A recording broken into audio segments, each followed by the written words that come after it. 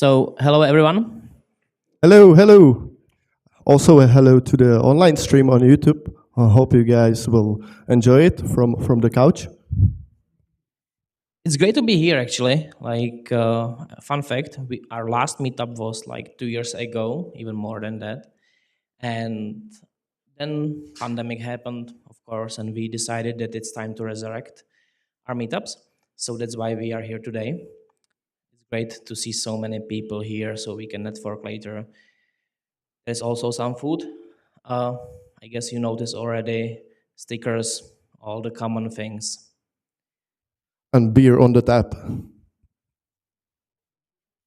All right, so before we actually go to the presentations we have for today, I would like to briefly talk about designsystem.cz, which is a magazine we, under this community, started doing on I would say February this year, and we would like to just slightly promote it here because it's an open platform and we aim for contributions also from our community. So if you have any idea for article you would like to put there, just contact us. We can make it happen together and have a nice content in Czech language actually. Also, we would like to mention that our Czech design system community is a part of design systems community global one, where there is multiple chapters across the whole world. So you can maybe find also meetups in Berlin, Dublin, and many other places. And if you be around those towns, just check designsystems.community. Maybe you can attend another meetup there. Wait for this, because I just realized we didn't introduce ourselves. Do we have to though? Everybody knows that this is Honza, right? Let's do it. So I'm Honza Toman. I'm one of the founders of this Czech design systems community. And this is Luděk, who joined me in working on the community, and we are now like organizing meetups, or we plan to organize meetups like this, I guess every 2 or 3 months. Let's see how these plans will go, I guess. Let's go to sponsors. Yeah. Is it? Oh, there's a delay. Almost there. But anyway, thanks to our sponsors. First one, Productboard, of course. Thanks for sponsoring this amazing venue here at the Productboard's office. For who don't know, Productboard is actually product management software which helps product managers to understand what the customer needs and prioritize to what to build next. So thanks a lot for this venue, and there's one more sponsor. And as you notice, Luděk actually is from Productboard. And that's the way how you will know who is from Productboard, because the people who are from here, they are branded. Like there is definitely a logo on their t-shirt or I don't know, cap or backpack. The second sponsor is Supernova, which is a small startup also from Czech Republic. I actually work at Supernova, and what we do is we are focusing on design systems. We are working on design systems tooling, especially for managing, documenting, which is a big area we do, and automating design systems. So nice things you can do with our tool is that you can just load the things from Figma, icons, colors, styles, and you can generate code assets from that, or you can generate code variables for that. And when you change something in Figma, it gets changed also in code. Nice things, I would say. I'm biased, of course.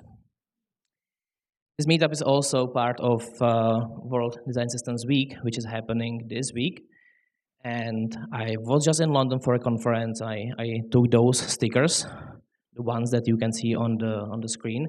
So if you want those nice stickers, they are here. I will maybe move them to other stickers when the first talk will start. And this is our meetup today. We have two talks, 2 presentations, 3 speakers. We have speakers from Shari, Ondřej, and Dusan. We have Luděk here, who will be speaking about testing. I'm getting ahead, right? Yeah. He's from Productboard, as I said. Sorry, I'm just a bit chaotic. I just actually returned back from London and from airport directly here. So yeah, sorry for that. And we have Slido.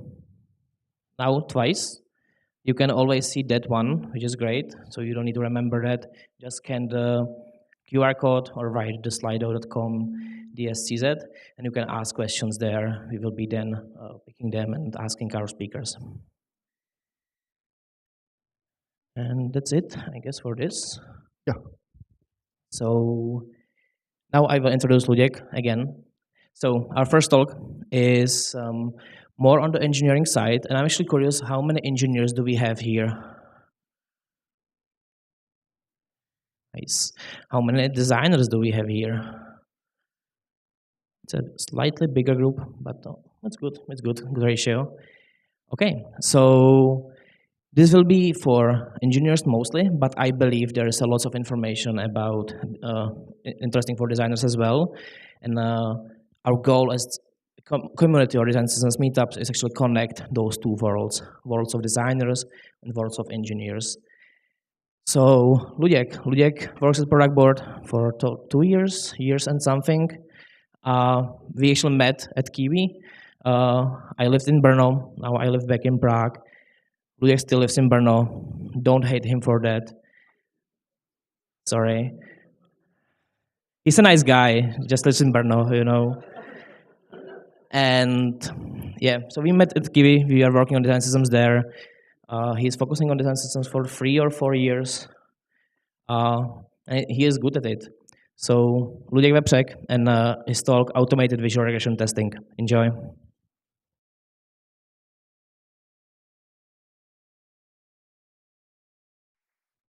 All right, so thanks Honza for this introduction, and let's get started with the first talk. And before we get into it, I will introduce myself one more time. So hello, I'm Luděk, work here at Productboard, and maybe you know that we have the design system here, and actually it's called Nucleus, and it's normal design system as usual, right? So it contains components available in Figma and React. But why I'm mentioning it is that we are looking for a new team member to join our forces, and team of 4 engineers, 1 manager, and 2 designers. So if you would be interested in doing design systems in React, just reach out to me or somebody who is branded like me. So let's get into it. The agenda for this talk is, I would like to firstly align what visual regression testing is.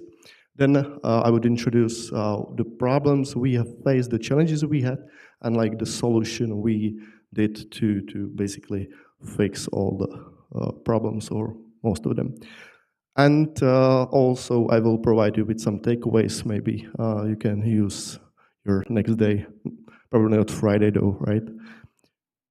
And again, Slido. So if you will have any questions, just ask me. All right, so visual regression testing. How many people knows what it is exactly? Raise your hand. Okay, so that's good. So we can explain it for the second half of people. And I would like to show it on this nice image of beach party, actually. There's a lot of things happening on it. There's a lot of characters, and they are really enjoying that.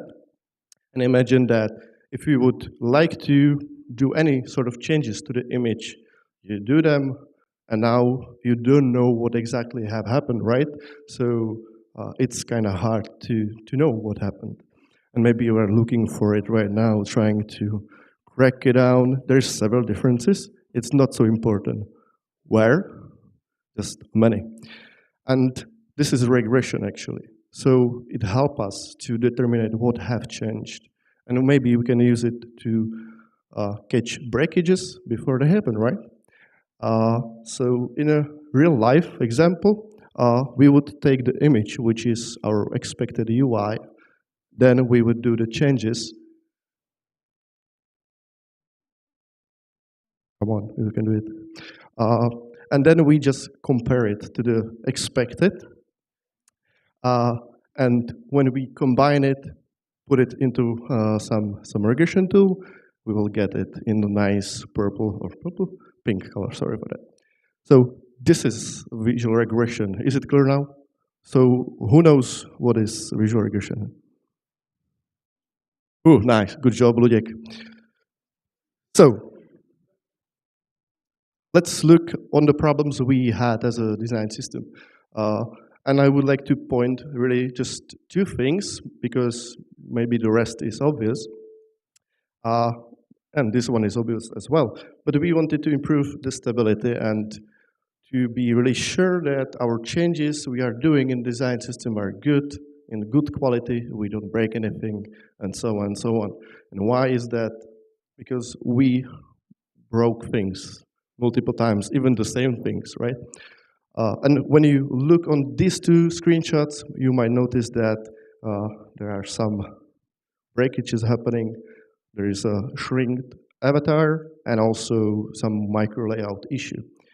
And the most sad thing about this is that both changes were like just one-liners, you know, so you change one thing in the CSS and one thing in CSS, and then it gets broken probably somewhere, which is not ideal, right? So we wanted to prevent it, especially from the reason that we didn't encounter it maybe in our cases, in our tests, but actual users and engineers were telling us that, hey, there's probably some problem on your end. So this was not ideal at all. So that was the first problem, to improve the stability. And then we also had I would say, problem of how we do stuff here on the front-end part, because we trying to encourage our front-end engineers to contribute as much as possible to the design system. So we are trying to be really decentralized. And this is heavily supported by the fact that we are using monorepo for front-end, almost all the front-end things. So engineer from a product team can really easily go to design system and check how it works, how it's written, and maybe try to come up with new little enhancements. So we wanted to be really sure that engineers, when doing changes, they are making right changes and it doesn't break anything. So we wanted to support this contribution model. Just a side note, for monorepo we are using NX, and if you are not familiar with that, I recommend watching a talk from Yugben, actually, our colleague here from Productboard. There's a YouTube video where he explains how we are fighting all the chaos happening in monorepo. Recommend that a lot. So we had those two problems already mentioned, so we want to improve the stability and also support the contribution model. And we also had some tentative, let's say, requirements to be a scalable solution with regression testing. So maybe other teams can use it in their domains. Maybe we can use it in end-to-end tests and other touch points. And lastly, we wanted to really just use the current ecosystem we have right now for our design system. And by the design system, ecosystem, I mean Storybook, because that's the main touch point for us. Right now, we are heavily invested in Storybook, so we have all the engineering documentation there. There's a lot of stories, around 400 stories actually, for all the things we have directly in the design system. And we just wanted to really make sure that we will use it and we won't have to spend another resources maybe trying to come up with test cases, but instead we could just take the Storybook as it is.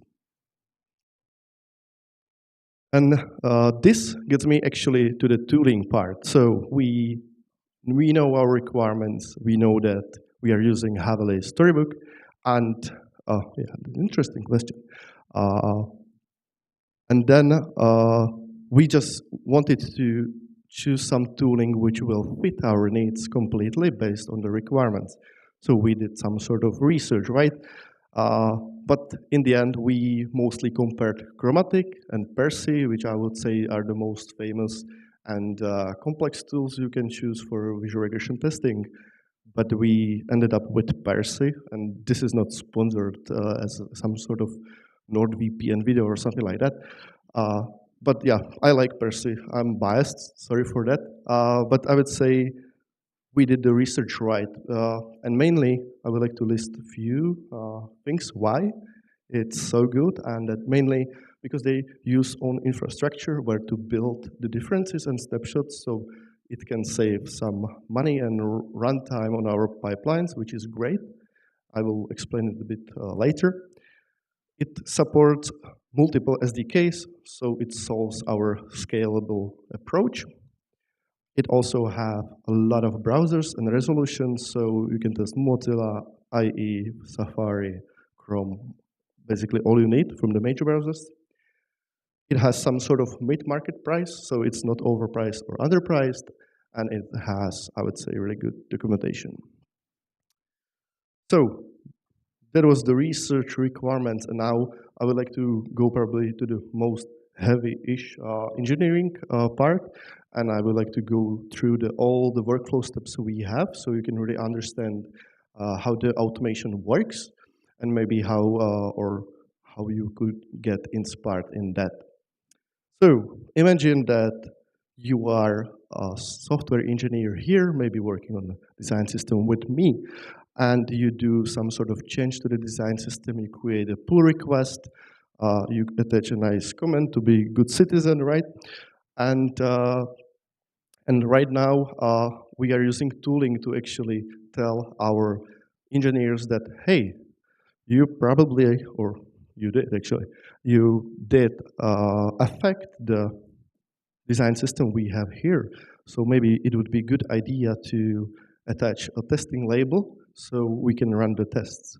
And this gets me to the second point, attaching a testing label.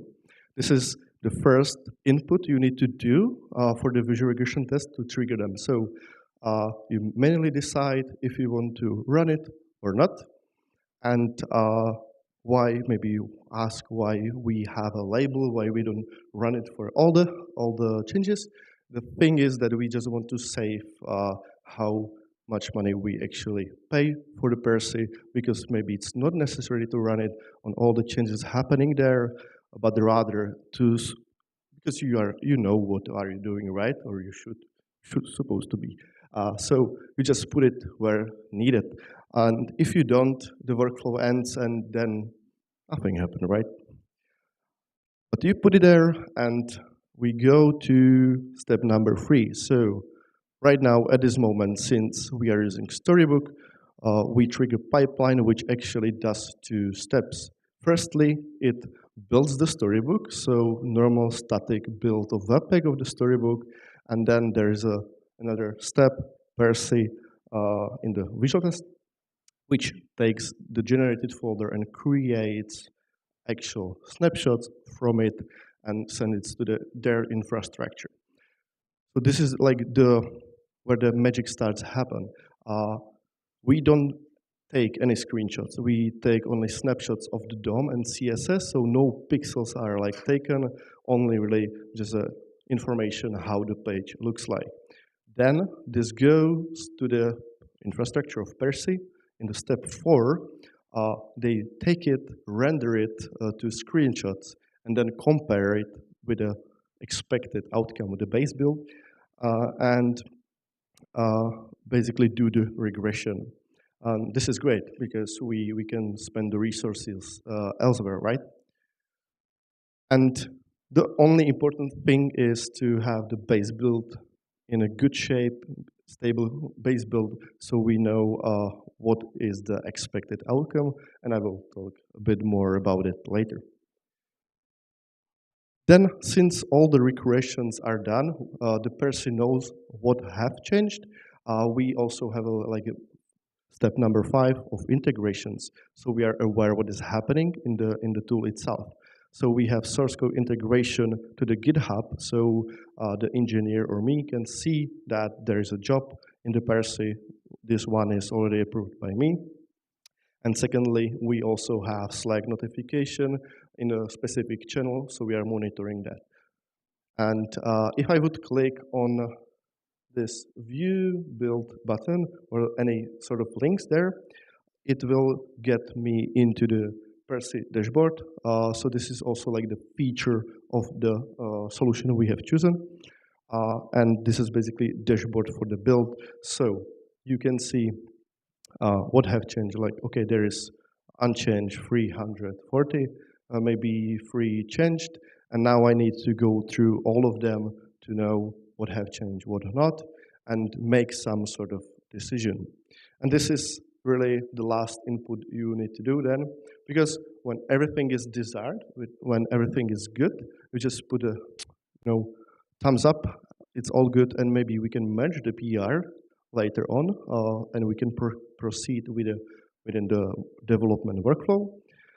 And if not, then I have probably need to provide a fix, so I will fix the button I have previously broken, and at this moment, the workflow repeats. So I provide a change, and I will run the whole integration again. So I will build the storybook again, send it to Percy, make the regression, and maybe in this second run, it will be desired, and I can finally prove it.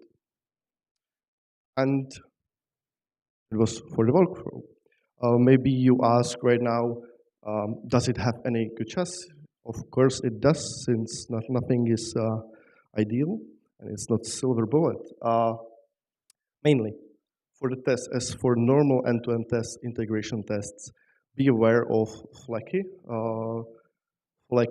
snapshots, meaning no generated data, no randomized data. The data needs to be persistent, so your base build is persistent, and your snapshots are persistent. Secondly, be aware what you want to test, because in our case, we have, let's say, about 400 snapshots, and if we would like to test 5 browsers in 2 resolutions, that's 10 unique setups, right? And it would mean that we would do 4,000 snapshots for one single test. And this could be, for us, really expensive, so we need to be mindful what we test, and we just don't generating snapshots for nothing. Also, what you specify to test, that will get tested. So since we are using Storybook, we have all the stories there. We are using it, and it means if some variant is not mentioned anywhere, it won't get tested. So just don't really blindly look on that, but really be mindful what you test, maybe add another test when it's needed. And lastly, as I mentioned before, Gotcha is having a proper base build. Because maybe you would tell that, okay, so I have the changes, maybe I have approved that, merged it into the master, the base build, but it doesn't work this way. At least for us, we are squashing commits during the development workflow, and this creates a new commit hash, basically. And that means that Percy cannot link the build with the commit. And then, on the master branch, we always running the tests again, just to generate what is the real source of truth, how it looks like, and what is the expected behavior. All right, and some closing remarks, takeaways. So, I would say that visual regression testing really makes sure that the changes you did or do don't negatively affect anything, so you can really catch breakages before they even happen. Secondly, as I mentioned, what you see is what you test. So really, really be careful how you test it and what you test. Third one is that Percy is really a tool with good multiple SDKs. So if you would like to maybe integrate Cypress visual regression, it's possible. We are actually thinking about it here at Productboard to support the stability of the visual appearance even more in more complex use cases. And also maybe one that actually Honza asked me multiple times is that, is it a tool that actually can help me do any sort of design reviews? And I was like, no, because it's primarily engineering practice that can make your development workflow more stable and more reliable for your customers. But in some sort of like use cases, maybe it could help you to see that what the developer or engineer did, right? But don't be sad, you designers, because if you are using Adobe Figma, you can just scan this QR code, and there is really nice article actually from Honza how to do visual regression inside Figma on the branches. I would say it's really interesting, and it solves the same principle. So if you want to be more, let's say, secure and safe on the Figma side, let's get inspired in the Honza's article. And no, one more time. Okay, and that's it. So thanks a lot for your attention, and if you have any questions, just please ask me otherwise. Thank you.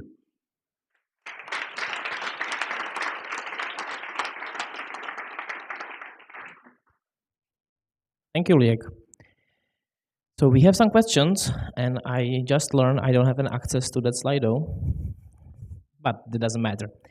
First question: what is a storybook? Can you maybe explain quickly what a storybook is? I didn't ever read the specification or landing page, but it's basically a centralized place where you can create another file which describes the component. So maybe you can take a component which is a button primary, you can put it there with some label, maybe with some icon, and then this gets displayed on a nice web application with other stories. So you're basically creating stories for the components you want to showcase, and then this you can use in your workflow to when you are developing component, when you are testing component, maybe sending this to a designer or basically also to other engineers. Because in our case, you can take advantage of it into the level that it's a documentation and maybe for us also source of visuals for our regression tests. That was a long answer. I will just try to answer shortly, and for designers, if it's all right. It's a place where you can find all the components that developers has. If they do their job well. It's important. Perfect. Second question, what are the main differences between using images for snapshots and your DOM-based approach? Which is easier to maintain and debug in your experience? Yeah, it's a really nice question, and I will start with the second one. There's no debug needed, actually, because what per se does is that they provide you with a dashboard, with the infrastructure, and then they have multiple SDKs or let's say integrations for different tools. So there's integration for a storybook. You just install it, use it, and it does all the magic. So you don't have to really bother with how do I do DOM snapshot and send it there, but it's completely automatic. So no really debugging, maintaining needed. The only maintenance needed is the dependency in your package.json, right? And if I would go to the first one, I would say that there is no huge difference in the principle how it works, but more for the consumers. Because if we would take an image, send it, we would probably use more machine power on our end, maybe pipelines, local machines, and then we would send maybe even more data through the network. So we can save up a lot of computation time here. And basically, in the end, you need to always take image to actually do visual regression, right? So that would be probably my answer to that.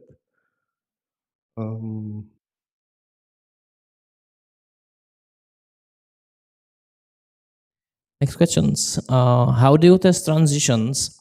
And I may expand the questions and interaction states, hover, focus, and others, disabled state, and so on.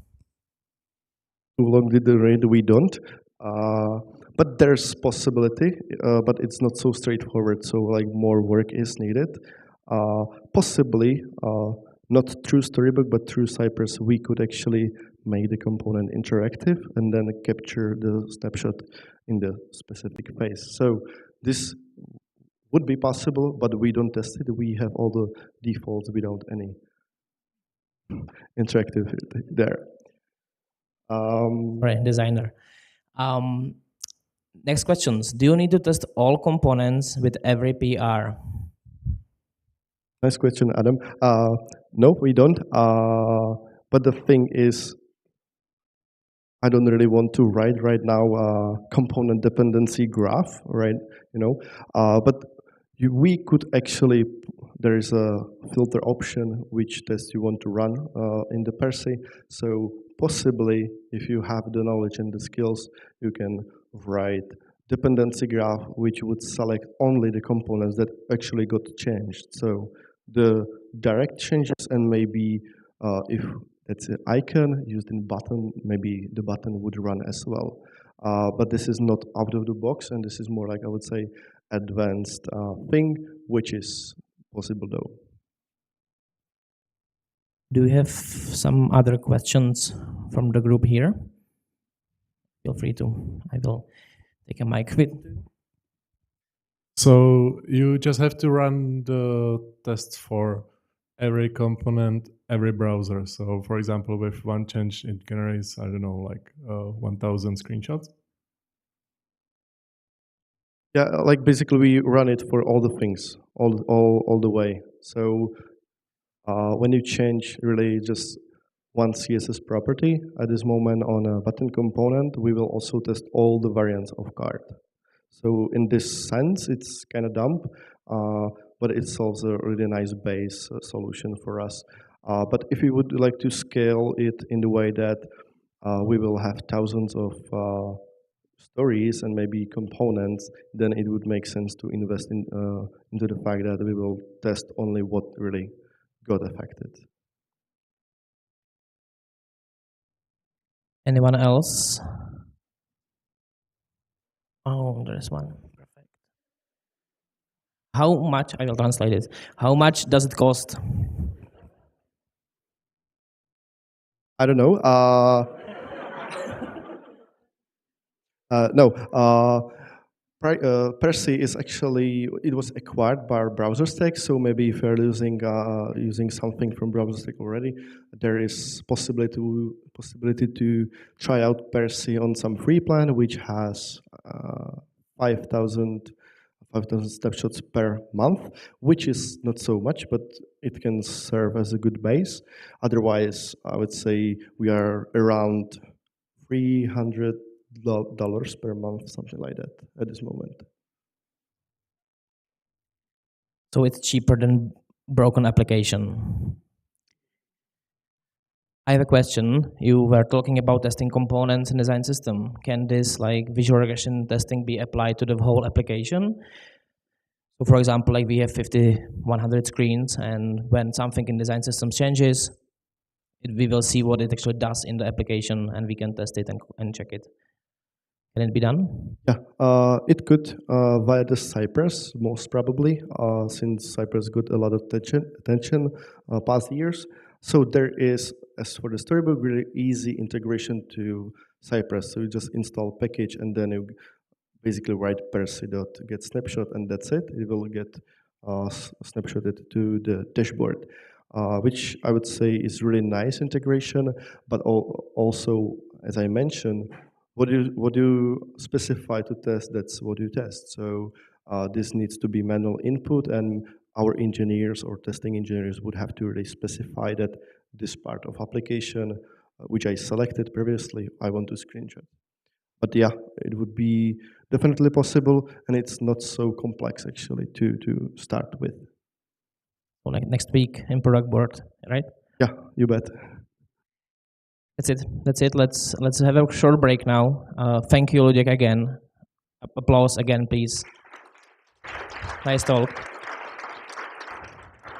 Let's have like 8 minutes break. So we will start at 19:15. We will switch computers. We will prepare for the next talk. And thank you.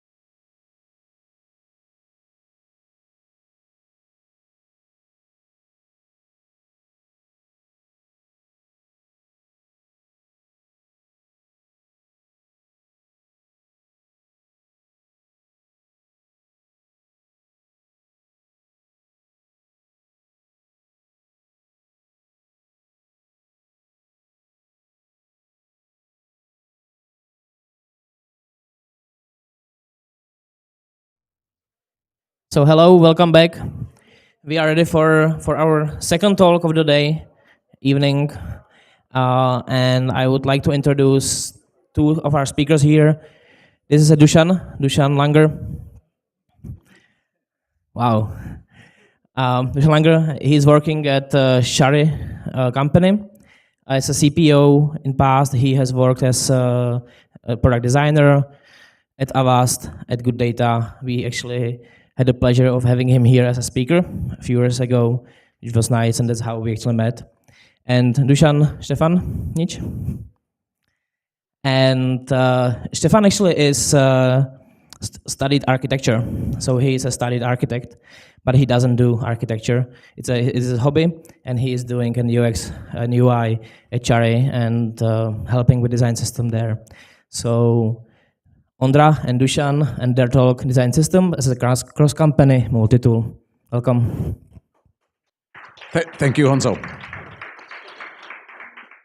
Okay, so hello, pleasure to be here, to have the opportunity to speak.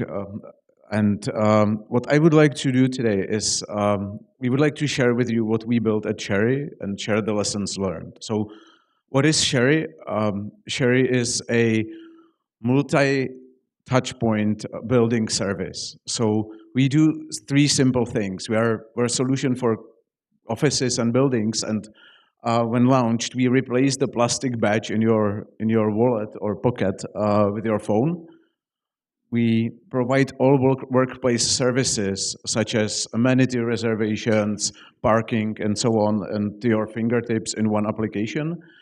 And we simplify and improve the building processes around or experiences around those services. So that's Cherry in a nutshell. And we are a startup based of Smíchov, Prague, and we are fortunate to have to be installed and be used by some very nice clients. Among others, it's One Vanderbilt, the second tallest commercial office building in New York. It's buildings like 167 Green in Chicago, where we were honored to be together with HID. Are you familiar with HID? Raise hands, please. If I know it, you need to explain. No, HID is a major player producing and manufacturing more than 50% of all the card readers, of all the hardware devices in commercial office buildings. So together with HID, we were pleased to be the first in the world companies that launched badges, employee badges in Apple Wallet, which you may know Apple opened just about a year ago, so the very first in the world, and many others. And among others, one building stands out, and it's the wonderful dog, where we actually launched today. And no, it has not been agreed. It's quite a coincidence with this talk. We want to talk about the design system that we built and why we built it. So I need to admit up front, it was a big investment for us. As a startup company, building something like we're talking about, it is time, it is effort, and it is also not a silver bullet, right? It's not going to solve your user experience and design overall. But why did we build it? We built it because Cherry looks different for different clients. We call it white labeling. We are a product. We run one code base, but we are actually launched as separate apps.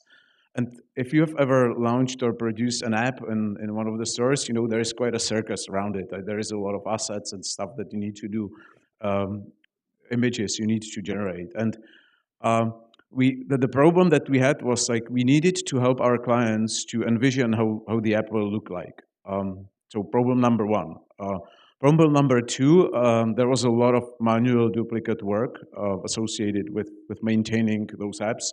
Things like previews for a client, things like previews for the stores, exporting all development assets, currently around 300 files. Occasional marketing screens for announcements on social networks, printouts for buildings, actual materials that we were handing over. So all of this, like producing all of this branded, white labeled for the building would be a heck of work. So Problem number 3, as any startup trying to fight in the tight space, we were quite organic in where we organized stuff. We lacked source of truth, so we faced questions like, where do I find X? What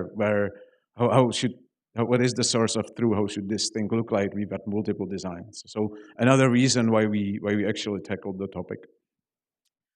Problem 4, we were in the early phases. This was long before Dusan joined, and we actually sucked at the design, to be honest. And we completely lived by the principle that if you're not ashamed for your product by the time you launch, you're launching too late. We focused on a lot of the things like market fit, and sometimes we just produced designs we were not happy with. This was because the team was small compared to the size of the product. We couldn't design everything. And if you design things, someone else will. And the someone else at the end might have different perspectives, different experience, and most of all, very different focus from your designer. So what you get might end up differently. Another problem that we faced was design consistency. And in here, like, what we found interesting is that consistency being produced by different people, thinking concepts, thinking's inherently, thinking's templates is actually not native way of thinking to most designers. And it is a developer thinking. A lot of our journey through building the design systems was learning to talk to each other and understand the other perspectives. And I'll get back to this in further slides, but our conclusion is that design systems and really systems thinking is more a developer way of thinking than designer way of thinking. So now I'll hand to Dusan to actually walk us more concretely about what we built. So thank you. Thank you. I've got my own microphone. Just to be sure I'm standing on the right place to fit the camera. And I will show you how it works in real world then. That's all what we are doing in Sherry. You can see here just a few touch points. It's like email templates, signage is like TV screens in elevators and so on, some apps, and now we are still swapping. We are swapping libraries. It's like a rebranding. You can choose a building you want, and everything will change it. This stuff is using like maybe 12 or 20 people in our company. We've got like almost 60 employees. Maybe that's the number. And a lot of them are like newbies to Figma. They are not so skilled, you know. And now I will tell you something about what's behind the video I just showed you. We got some inputs, design system files, and the third part will be like outputs. One of the output you just seen, you can export then the screens and present to a client. So from the inputs, we've got like a building brand, like most or maybe all of the premium buildings has got like a own brand. It's like some primary color, some building images, logo, and so on. And now look at it, and we are using the same structure for that building library. You can just swap it, and it's still connected to some design files. Here, we got some stable libraries. We are not swapping. This one, I just showed it to you. It's like a swap library. This one are stables. It's just like a set of some basic icons we are using through all the touch points. It doesn't matter whether it's app or it's like a desktop client or some TV screen. And the same one for the stable colors. Okay. And now we will go through the second part, is like design system files. You can see we have like a touch point, as Ondra said, and as I just showed you on the previous screens, like some apps, some email templates, TV screens, some desktop site for admin, and Kiosk is like a self-check for receptions. This is like it looks like so when you open a Figma file with some library. If you are loving atomic design, we are just trying to work in that system, just using atoms, molecules, organisms.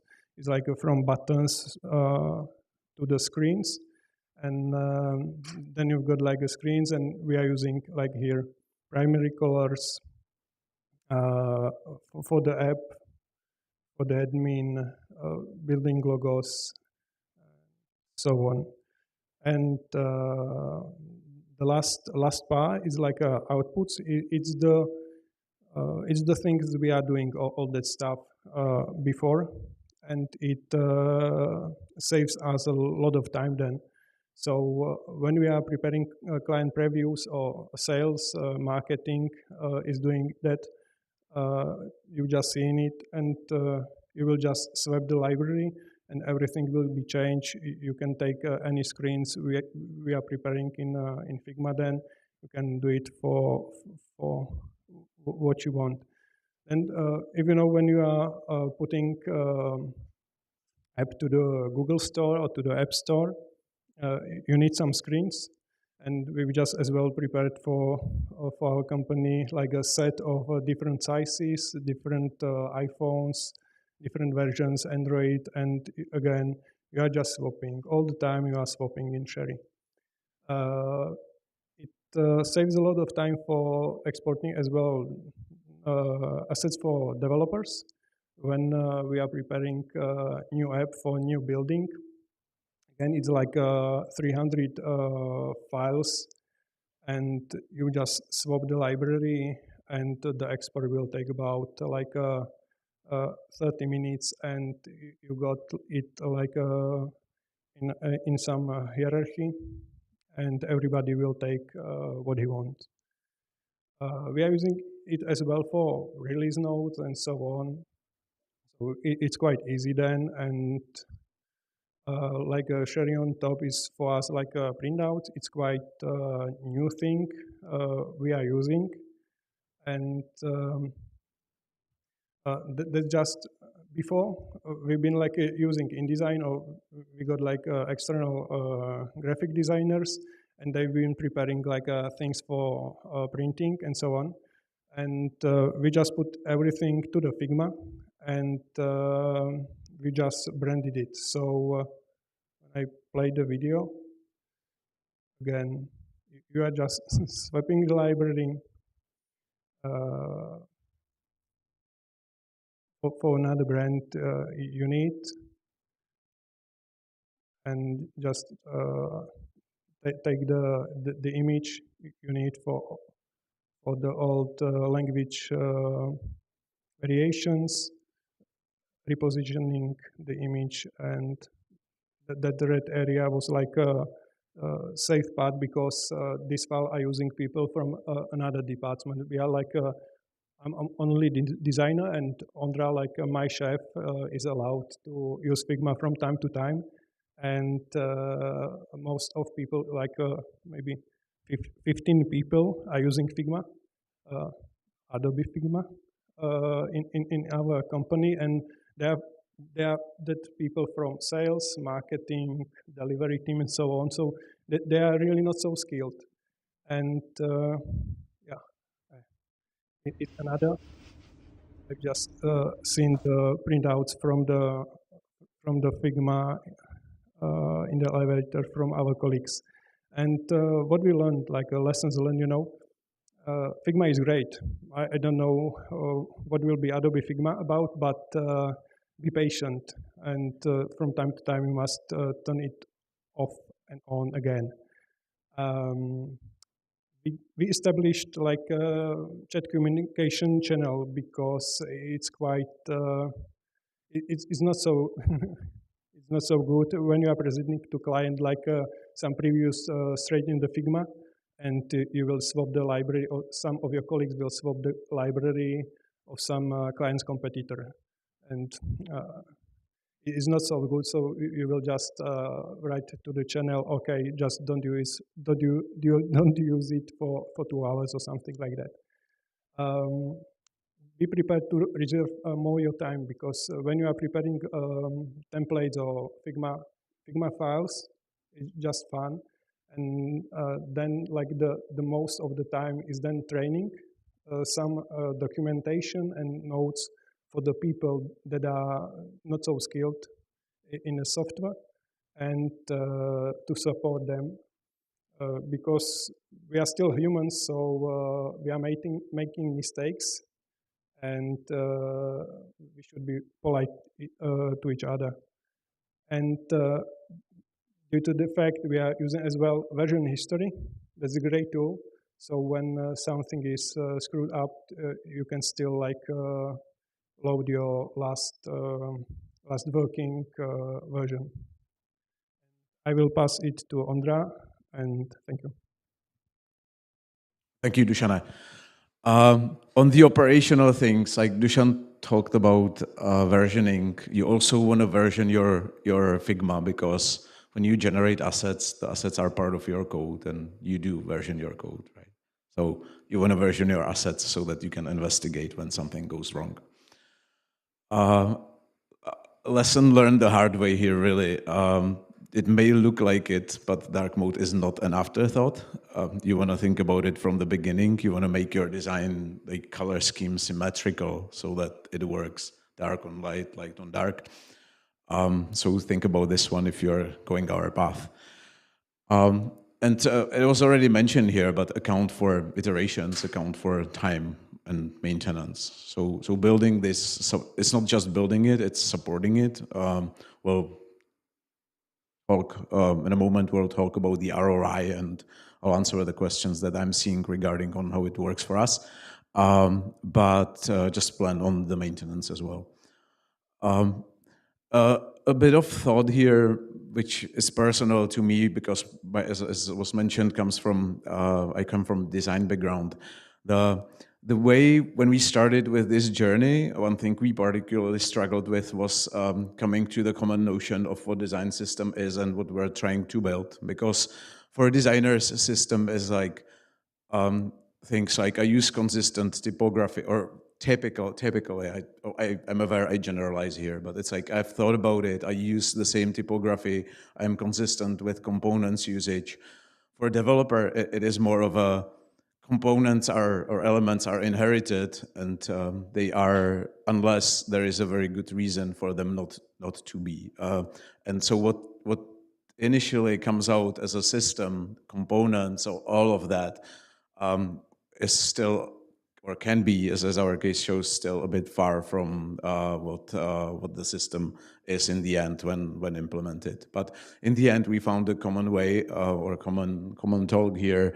But it is a difference to be aware of. Or if we were to start this journey again, it would be a difference to be aware of from the beginning. So how it plays for us? Some numbers before the design system, generating the new building clone was typically work for more than a day, and the product was much smaller than today. So today it would probably be more like 2 days, 3 days. With the design system, it's less than 1 hour. So of course, iterations are part of that process. So sometimes you can multiply this by several. Creating product flyers, typically 1 day, including like sending it to maybe external designers and so on. With design systems, 5 minutes. Clarity to know where do you find what, and how things should look like what is your source of truth. This is priceless. I can't put a number on this. I could not count how many times we are in a situation where we designed something for the client, then implemented it, and then it looked somewhat different. And things like product release notes, screenshots, shortened from one day on average, maybe the production of the entire to typically like 2 hours, maybe 3 hours, because we have all the assets ready. Just switch the library, preview it on a general building that we use, and that's it. So how does it play for us? It does. Whether it plays for you, I already mentioned, it's not silver bullet. It does not solve all your design problems, your design processes. It does not necessarily result in a great UI on its own or a great experience on its own. But for us, this has worked so far very well. And we'll be happy to take any questions that you may have. Thank you.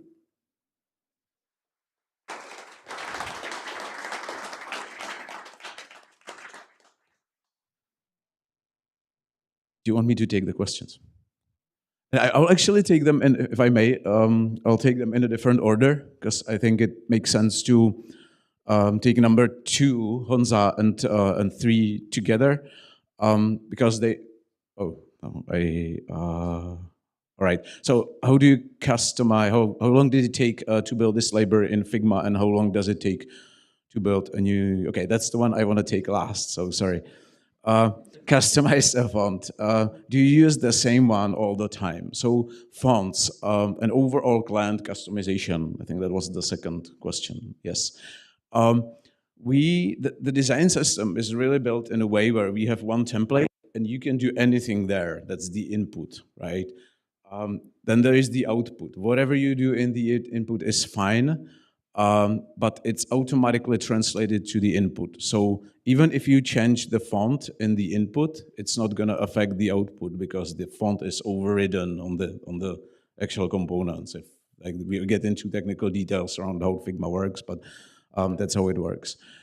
How do we handle client customizations? We don't. Like our delivery team basically has the tool. They can work with the screens. They can tailor them, but there is this is basically a machine that generates the output that's valid. So we can't customize things like fonts. A client can't ask for a custom font. They can customize logos, building images, colors, different things like maybe company logos in different places. There's roughly 10, 12, I don't know, customizable components. So in a nutshell, like what we build, the design system will be built is a productivization tool for white labeling. Like we took white labeling, we productivized it. The inputs don't really let you to make any sort of invalid customizations. Hope I answered the question. If Hansa and Sasha are here, please shout out if I didn't. And just a second, let me step into it. So I will ask it one more time so the stream knows what is the question. Thank you. You can follow up with the Perfect. answer. So Sasha asking, how do you ensure that branded colors, fonts, styles provided by the client are used in a way that's accessible and passes contrast requirements? Okay.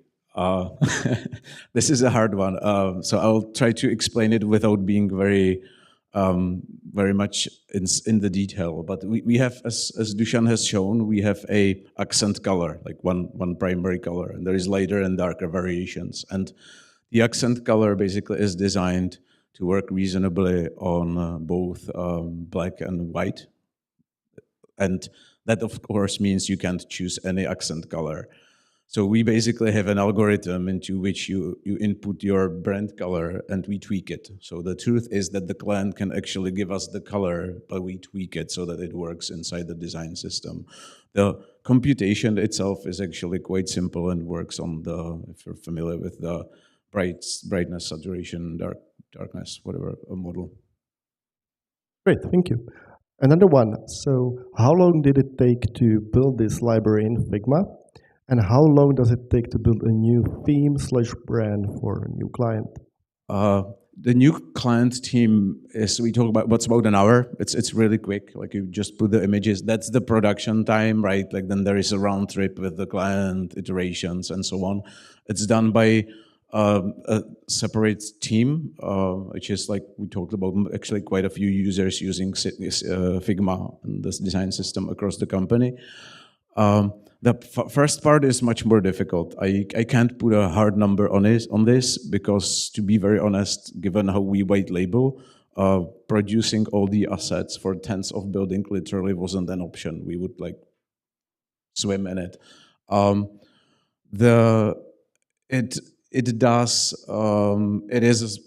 There's two things, right? One thing is building. This was spent, I wouldn't say it was a project like start to end 3 months, so that's why I can put a number on this.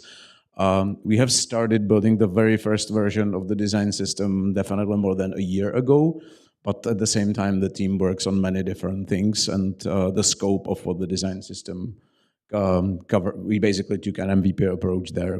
At first we had a simple thing that generates assets for the development, which was one of our previews for clients, which were our biggest pain points. And then we took it from there to extend to the other scenarios and use cases that Dusan has talked about.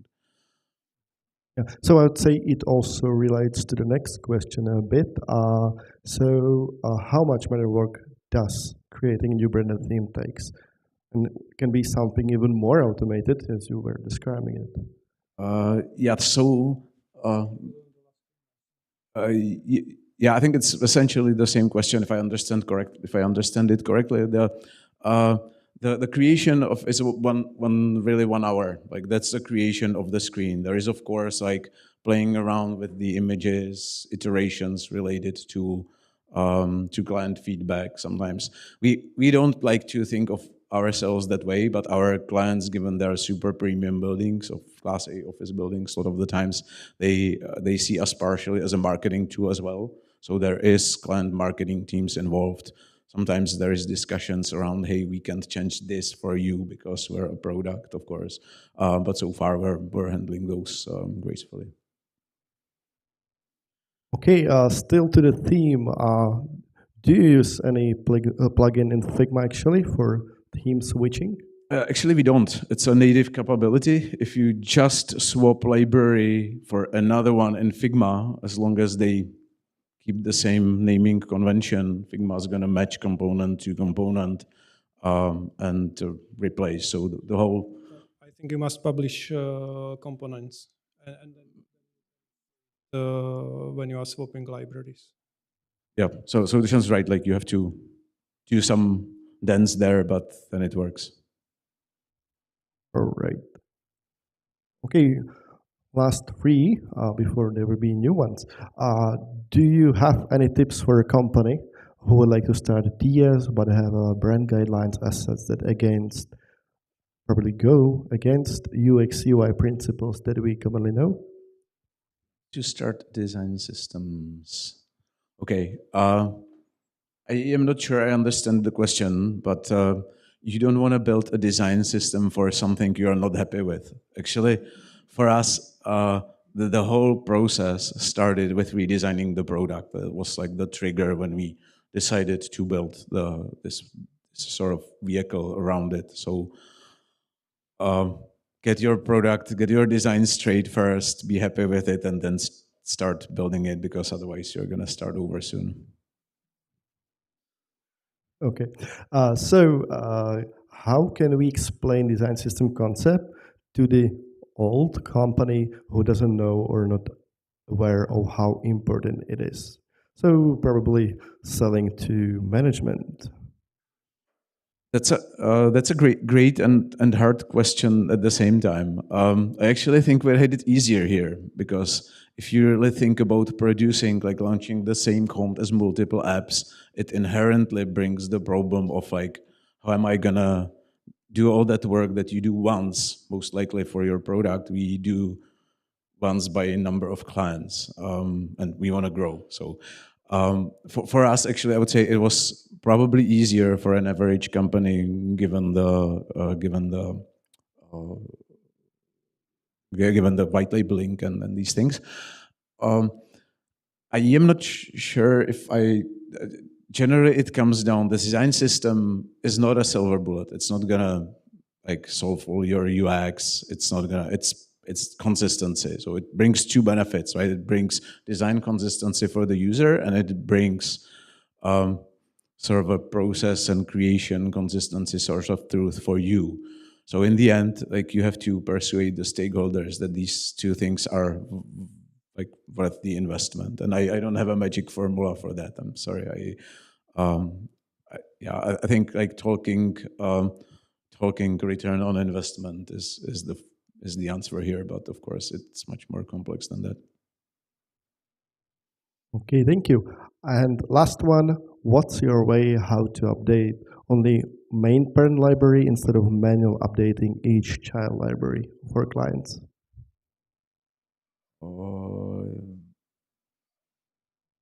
You know, okay. Let me try to. I feel like I might know what the question is asking. How that works is we really have set of libraries for each individual client, and those are just the brand assets.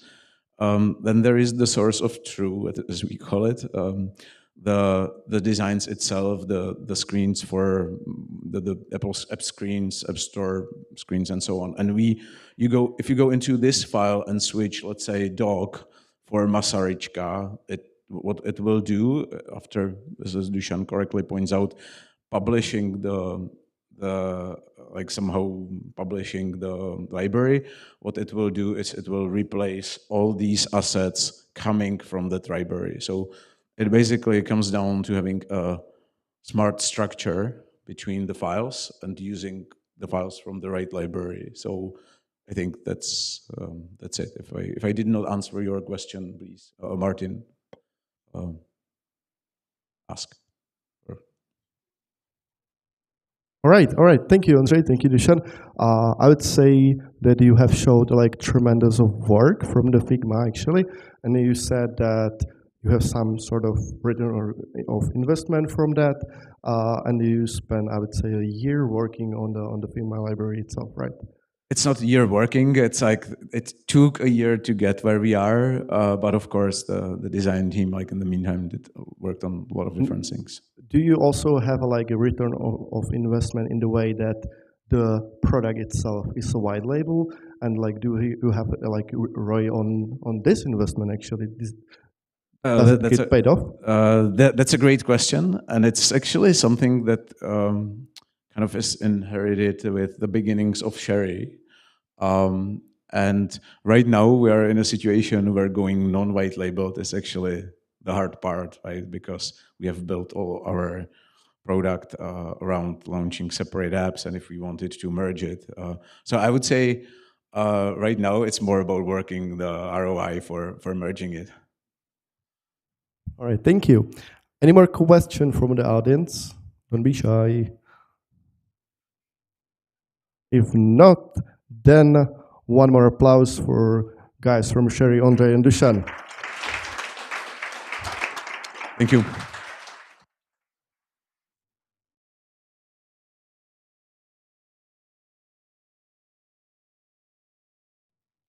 Okay, so that's almost it, right?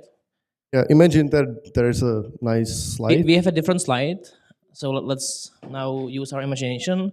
This is a logo of our community, and this is speakers wanted.